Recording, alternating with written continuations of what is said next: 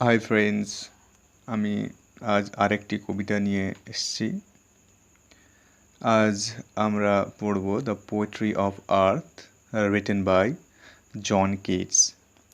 তো John Keats একজন British writer.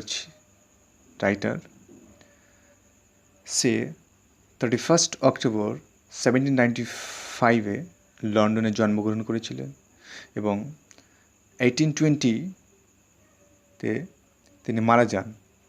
তিনি খুব অল্প বয়সে মারা যান, মাত্র 25 বছর বয়সে।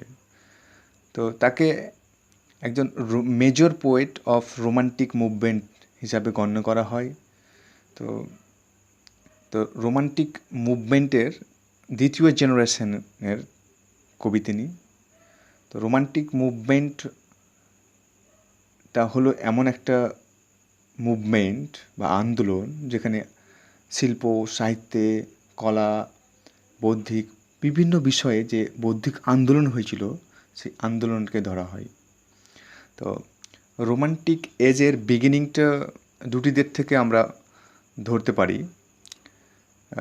মোটামুটি 1789 the outbreak of French revolution, মানে ফ্রেঞ্চ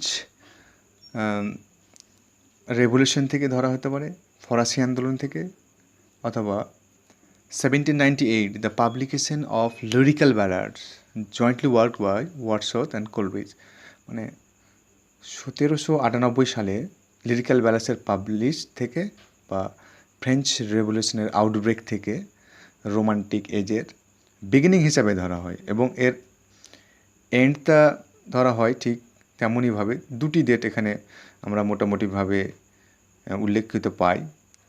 1830 মানে 1830 সালে, যে বছর স্যার ওয়াল্টার স্কট মারা গিয়েছিল।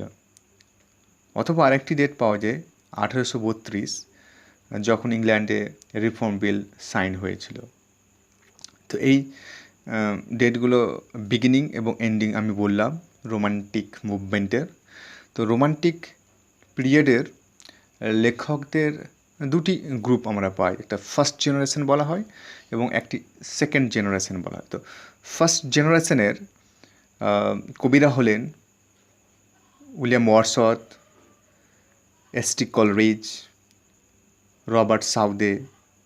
এটা তিনজন মেজর ছিল ফার্স্ট জেনারেশন রোমান্টিক পোয়েটসদের মধ্যে। এবং সেকেন্ড জেনারেশন রোমান্টিক পোয়েটসদের মধ্যে হলো Percy Bysshe Shelley, John Keats, Lord Byron. তো এই তিনজন সেকেন্ড জেনারেশনের মেইন মুখ ছিল এরা। আমরা অলরেডি জেনেছি যে John Keats second generation romantic poet থেকে বিলং করে। তার সে স্পেশালি বিখ্যাত ছিল তার ওডস লেখার জন্য। তার বিখ্যাত ওয়ার্ডসগুলি হলো ode to one nightingale, ode on a Grecian urn, ode to autumn. এইগুলো সবগুলি 1820 সালে পাবলিশড হয়েছিল। The eve of Saint Agnes, la belle dame sans merci, এই কবিতাগুলো খুব বিখ্যাত কবিতা। পোয়েমটি দ্য পোয়েট্রি অফ আর্থ লেখা হয়েছিল 1816 সালে। তো এই লেখা নিয়ে একটি আবার গল্প রয়েছে। মনে করা হয় এটি একটি কম্পিটিশনের জন্য লেখা হয়েছিল। তার জন কিটসের ফ্রেন্ডস লেই হান্ট জন কিটসকে চ্যালেঞ্জ করেছিল কবিতা লেখার জন্য, এবং লেই হান্ট নিজেই সাবজেক্ট বা থিমটা বলে দিয়েছিলেন যে তারা দুজনে একই বিষয়ের ওপর কবিতা লিখবেন, এবং জন কিটস সেই চ্যালেঞ্জটা অ্যাকসেপ্ট করেছিলেন এবং তার মানে লেই হান্টের থিম দেওয়ার ওপরেই সে মানে একটা সুন্দর কবিতা বা এই যে পোয়েট্রি অফ আর্থ কবিতাটি লিখেছেন। এবং ফাইনালি যে কম্পিটিশন ছিল, চ্যালেঞ্জ যে নিয়েছিলেন, সেটা জন কিটস জিতেছিল এবং তার এই ফলস্বরূপ হিসাবে যে পোয়েট্রি অফ আর্থ। তো পোয়েট্রি অফ আর্থ একটি কম্পিটিশনের জন্য লেখা। তার বন্ধু যে কম্পিটিশনে আহ্বান করেছিল সেটাকে কেন্দ্র করে লেখা, এবং সে ফাইনালি এই কবিতাটির মাধ্যমে সে পুরস্কারটি জিতেছিলেন। তো এই কবিতা সম্পর্কে বললে যে এই পোয়েমটি হচ্ছে একটি সনেট। এটি আমরা সবাই জানি সনেট দুই প্রকার, শেক্সপিয়ারিয়ান সনেট এবং পেত্রার্চান সনেট। এই যে পোয়েট্রি অফ আর্থ, এই কবিতাটি হচ্ছে পেত্রার্চান সনেট বা এটাকে ইতালিয়ান সনেটও বলা হয়। এই কবিতাটির দুটি পার্ট রয়েছে, একটি অক্টেভ যেখানে আমরা 8 লাইন পাই এবং আরেক সেকেন্ড পার্টটা যেটা হচ্ছে সেস্টেট, এখানে 6 লাইন। তো এদের অক্টেভের রাইম স্কিমটা হচ্ছে A B B A, A B B A, এবং সেস্টেটের যে রাইম স্কিম রয়েছে এখানে সিডিই সিডিই। এই অক্টেভের পর আমরা যে এখানে একটি পোয়েটিক টার্ন পাই। এই কবিতাটিতে আমরা দুই ধরনের গান পাবো। একটি গান পাবো গ্রাস হপারের এবং আরেকটি গান পাবো ক্রিকেটের। এখানে গ্রাস হপারের সংটি রিপ্রেজেন্ট করছে সামার সিজনকে এবং ক্রিকেটের যে সং সেটা রিপ্রেজেন্ট করছে উইন্টারকে। এই বিষয়বস্তু নিয়েই কবিতাতে রয়েছে।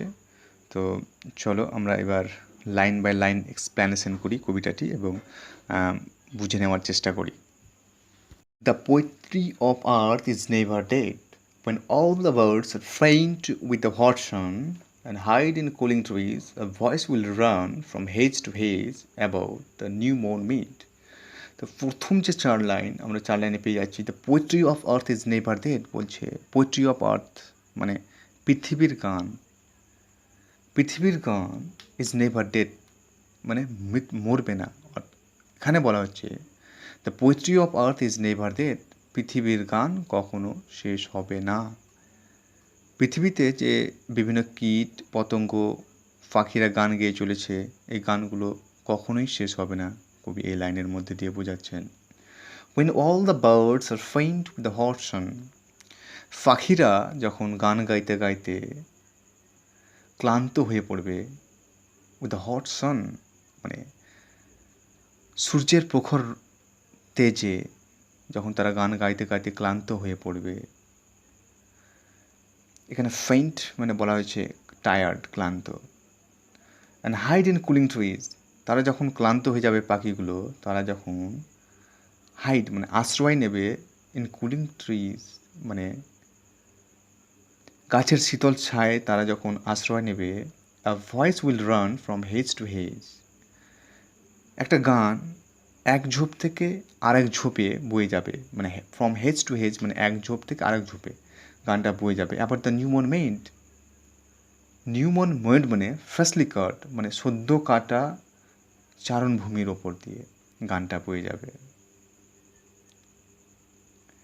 That is the grasshopper, এবং এটা হচ্ছে গ্রাস হপার মানে ঘাস ফড়িং। He takes the lead in summer's luxury, যে গ্রীষ্মের গায়ক হিসাবে এগিয়ে এসে এই গানটাকে নিয়ে যাবে। মানে যখন পাখিরা ক্লান্ত হয়ে গান গাওয়া বন্ধ করে দেবে সবাই, কিন্তু পৃথিবীর গান থেমে থাকবে না। কে নিয়ে যাবে? ঘাস ফড়িং সে একজন এগিয়ে এসে লিড করে এই গানটাকে নিয়ে যাবে, গানটাকে না থামিয়ে না দিয়ে। He has never done with his delight, সে তার আনন্দর কখনোই শেষ হবে না। মানে হি হ্যাজ নেভার ডান মানে বলা হয়েছে finish, end with his delights, তার আনন্দ কখনোই শেষ হবে না। For when tired out with fun, যখন সে খুব আনন্দ করতে করতে ক্লান্ত হয়ে পড়বে, he rest at ease beneath some pleasant weed, সে কী করবে? আশ্রয় নেবে, আরামে আশ্রয় নেবে। বিনিথ সাম প্লেজেন্ট উইড, কার নিচে নেবে? একদম চমৎকার কিছু আগাছার নিচে সে আশ্রয় নেবে। ঘাস ফড়িং যখন সে অতিরিক্ত আনন্দ করতে করতে ক্লান্ত হয়ে পড়বে, তখন সে একদম আনন্দময় একটা ভালো আগাছা, চমৎকার আগাছার নিচে আরাম করবে। এটা হলো 8 লাইনের অর্থাৎ অক্টেভ। তো অক্টেভের রাইম স্কিমটা আমরা একটু লক্ষ্য করি। ডেড এটাকে যদি এ ধরা হয় তো শান অ্যান্ড রান এটা বি ধরা হবে এবং মিটটাকে আবার এ ধরা হবে। আবার যেহেতু আমরা মিটকে এ ধরেছি, আবার আমরা তারপরের লাইনে পেয়ে যাচ্ছি লিডকে আবার এ ধরা হচ্ছে এখানে, এবং ডান আর ফান একই প্রোনাউন্সিয়েশনের মতোই, তাই এটাকে বি ধরা হচ্ছে। এবং এই যে আমরা লিড আর শেষে এই যে উইড, এটা সাথে আমরা আবার রাইমটা মিল পাচ্ছি। The poetry of earth is seizing never. Seizing বলতে স্টপ, এন্ডিংয়ের কথা বলা হচ্ছে। The poetry of earth is seizing never. পৃথিবীর গান কখনই থেমে যাবে না।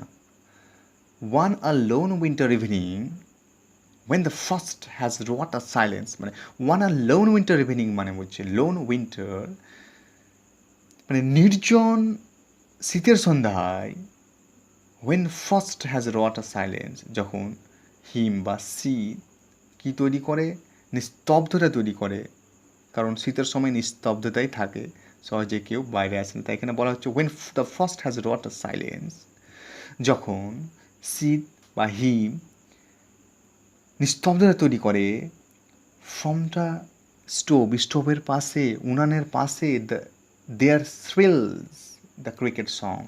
থ্রিলস মানে তীক্ষ্ণ, জোরে গান গায়। কে গায়? ঝিঝি পোকারা গান গায়। In warmth is increasing ever. উত্তাপের সাথে সাথে এই গানগুলো বাড়তে থাকে, উত্তাপ বাড়তে থাকে, তাদের গানগুলোও বাড়তে থাকে। And seems to one in drowsiness half lost.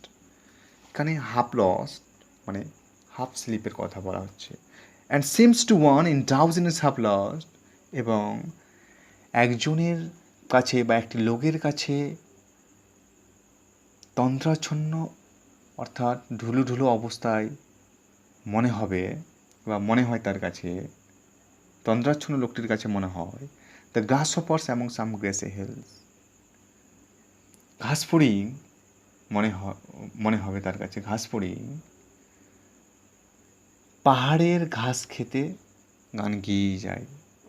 মানে গ্রাস hopper among some grassy hills, ঘাসফড়িং লোকটি অর্ধ ঘুমন্ত অবস্থায় ঢুলু ঢুলুভাবে থাকবে, তখন তার মনে হবে যে ঘাসফড়িং যেন ওই যে ঘাসে ঢাকা পাহাড়ের ওখানে গান গেয়ে চলেছে। তো এটা ছিল কবিতার লাইন। এখানে আমরা বার্ডসের উল্লেখ পেলেও এখানে বার্ডসের নাম পাইনি।